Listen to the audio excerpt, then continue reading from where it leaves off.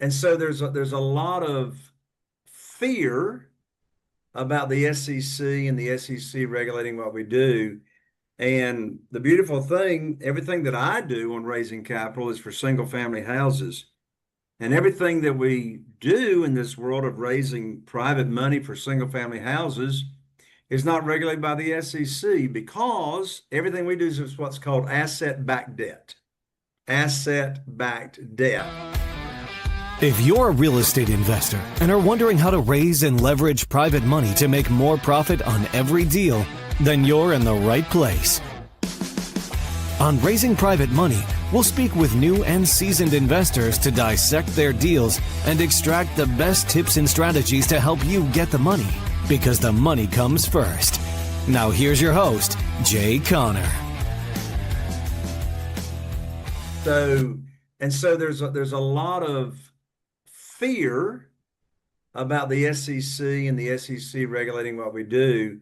And the beautiful thing, everything that I do on raising capital is for single family houses. And everything that we do in this world of raising private money for single family houses is not regulated by the SEC, because everything we do is what's called asset-backed debt. Asset-backed debt. The slang for that is a one-off. You've got a single family house. You might have one or two or three or whatever private lenders. Each of them have their own promissory note. They have their own deed of trust or a mortgage. So where the SEC really comes into regulating raising money is when you're raising money for a fund.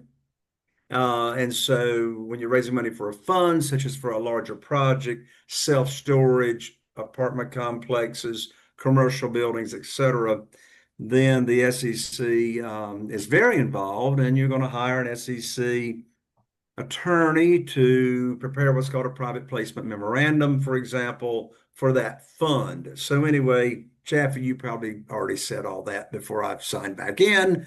But anyway, I'm glad you asked that, because there's a lot of misconception and undue fear of the SEC when it comes to raising private money for single family houses.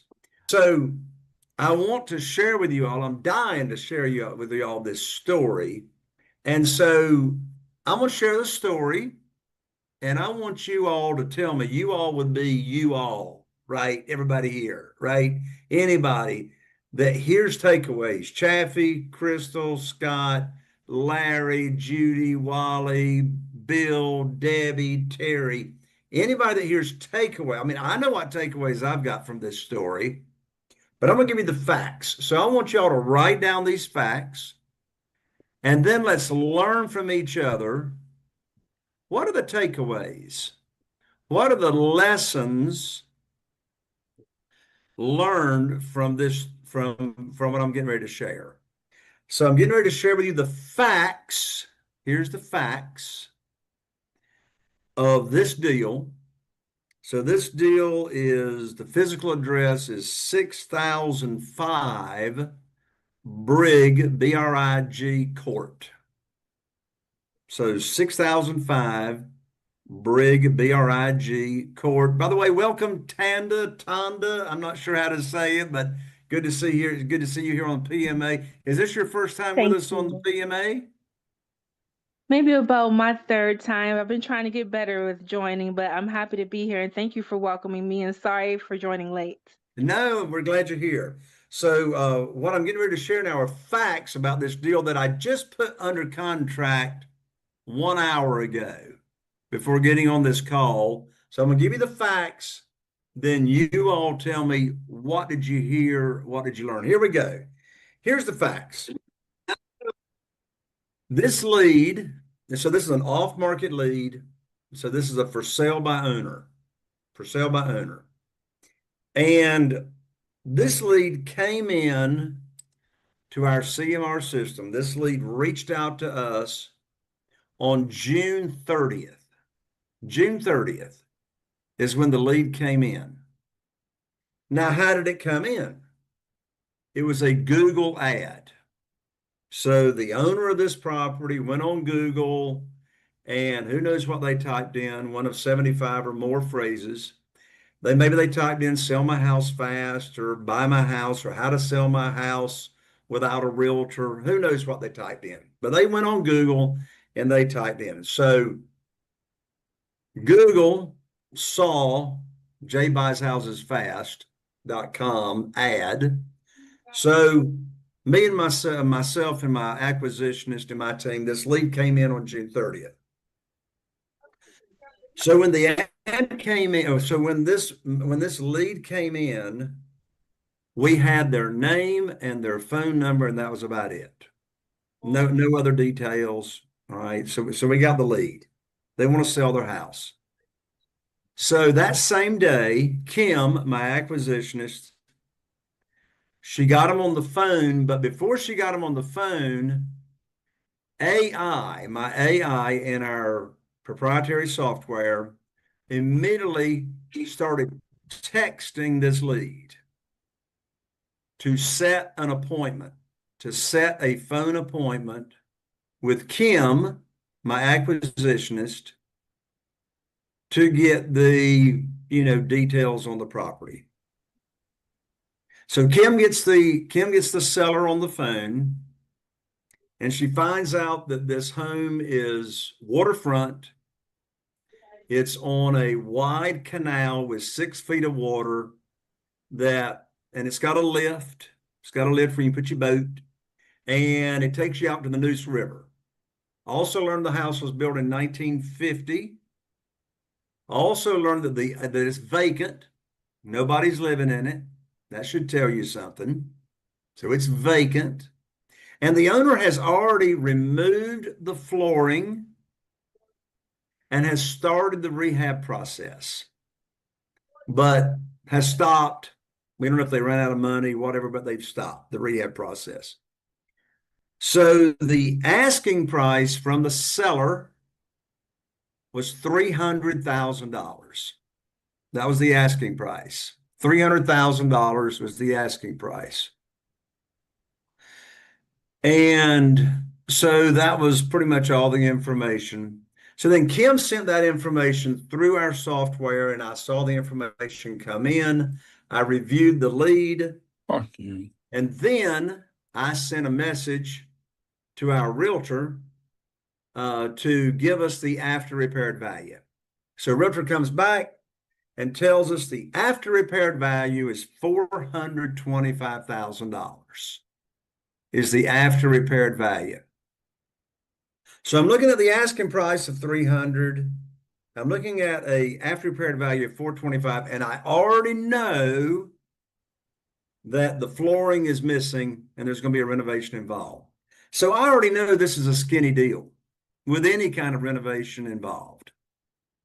So I had Kim, the acquisitionist, contact the seller and say, hey, look, can you give us some kind of idea as to what these renovations would be before we drive 30 minutes away and look at the property? Seller comes back and says, I'm not a contractor. I'm not in construction. I have no idea. So that tells me we need to go take a look at the property, which we're going to look at it anyway, right? So my acquisitionist, Kim, schedules an appointment with the seller for our realtor that gave us the after repaired value of $425,000 and one of our general contractors to go look at the house and estimate the repairs. So the end of last week, last Friday, my general contractor and our realtor goes to the house. Now, the reason the realtor goes is to verify she hasn't changed her mind about the after repaired value. My contractor goes to work up the actual budget sheet and bid and quote for the rehab. All right, here it comes back.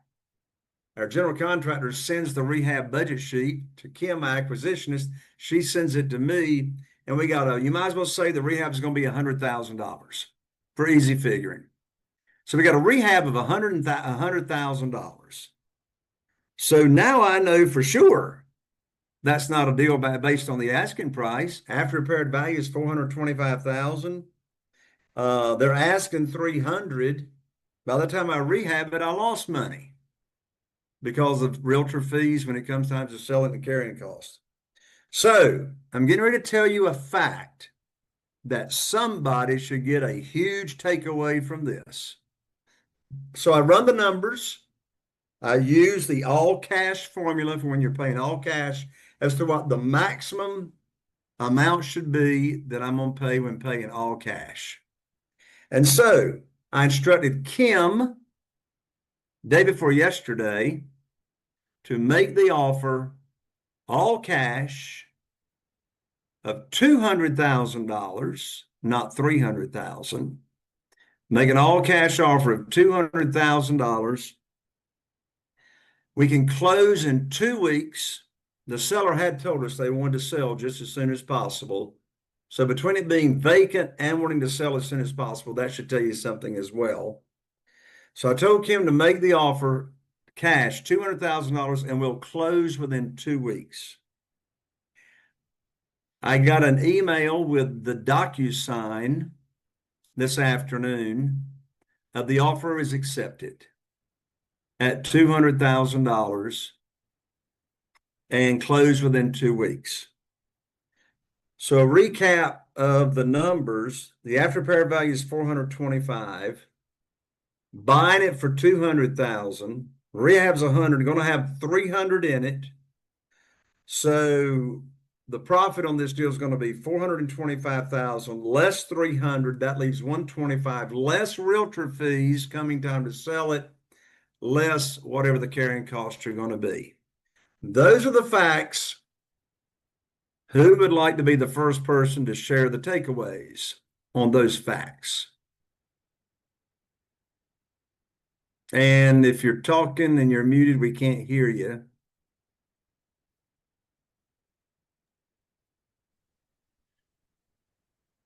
Jay, as it relates to after repaired value, did they also provide you the comps so that you were comfortable with the after repaired value? Yes, good question, Terry. So when it comes to after repaired value, the question is really what kind of, I mean, how do you come up with that? So we don't rely on any online sources.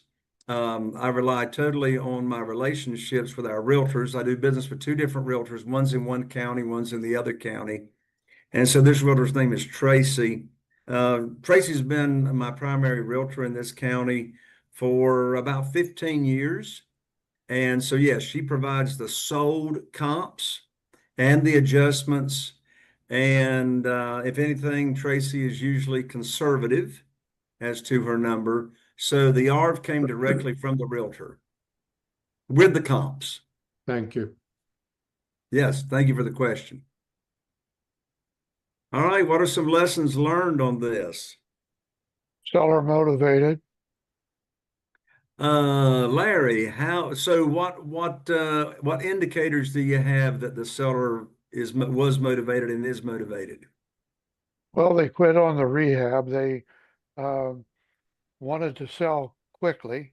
That price indicated when they might have had a rough idea of what was going on. That was enough to want you to look and say, okay, I want to look at this myself. And since you had a realtor, why that would speed up a lot of things. The fact that they wanted the 2 weeks, I think, was one of the highest motivation things. Excellent. Thank you for sharing, Larry. Who else has got a takeaway? Was there a question asked how far away the owner actually lived from the property since he did not live there? And Oh, good question, Terry. So he lives in the same city, and had moved out, was starting the renovation. But that's a great question, Terry. The further they live away from the property, the more motivated they are, typically.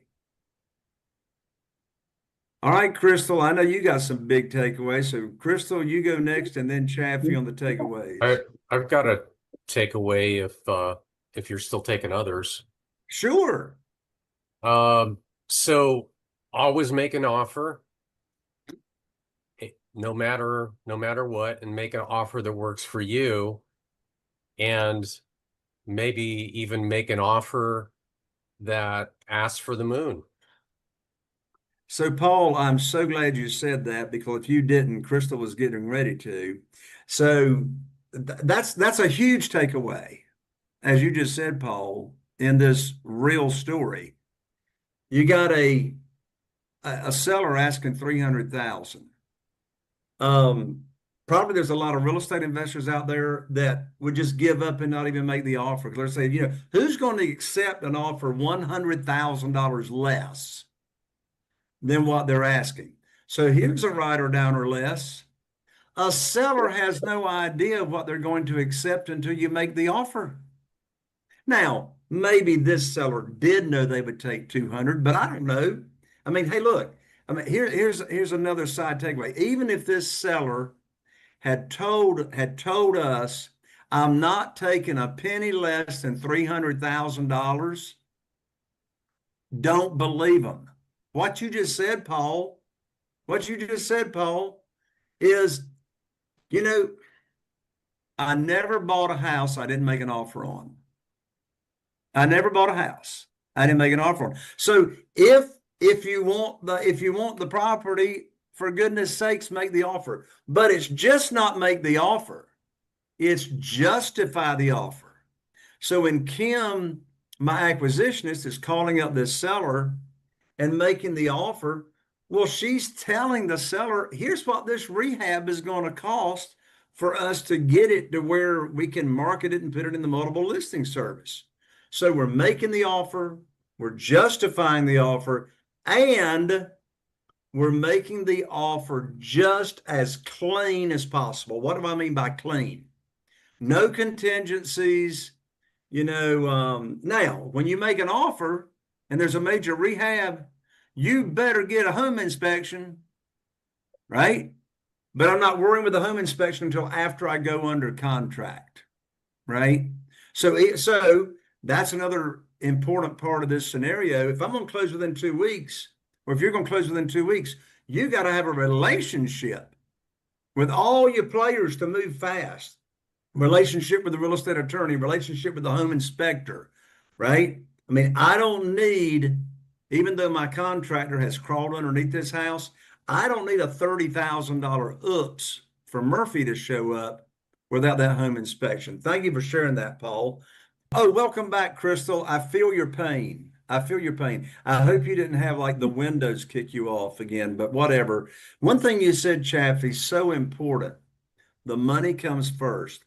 This deal would not be under contract unless I already had the private money lined up, ready to close. And, one of the most stressful things I know that I hear from people all the time is they get the deal under contract, then they think they got to go try and raise the money. That is like blankety blank backwards, right? So we get the money first. So this deal would not have happened. That's another big takeaway, without having the money lined up first. I know. Are you feeling inspired by the knowledge you gained in this episode? Then head over to jconner.com/moneyguide. That's jconner.com/moneyguide and download your free guide that shares 7 reasons why private money will skyrocket your real estate investing business right now. Again, that's jconner.com/moneyguide to get your free guide. We'll see you next time on Raising Private Money.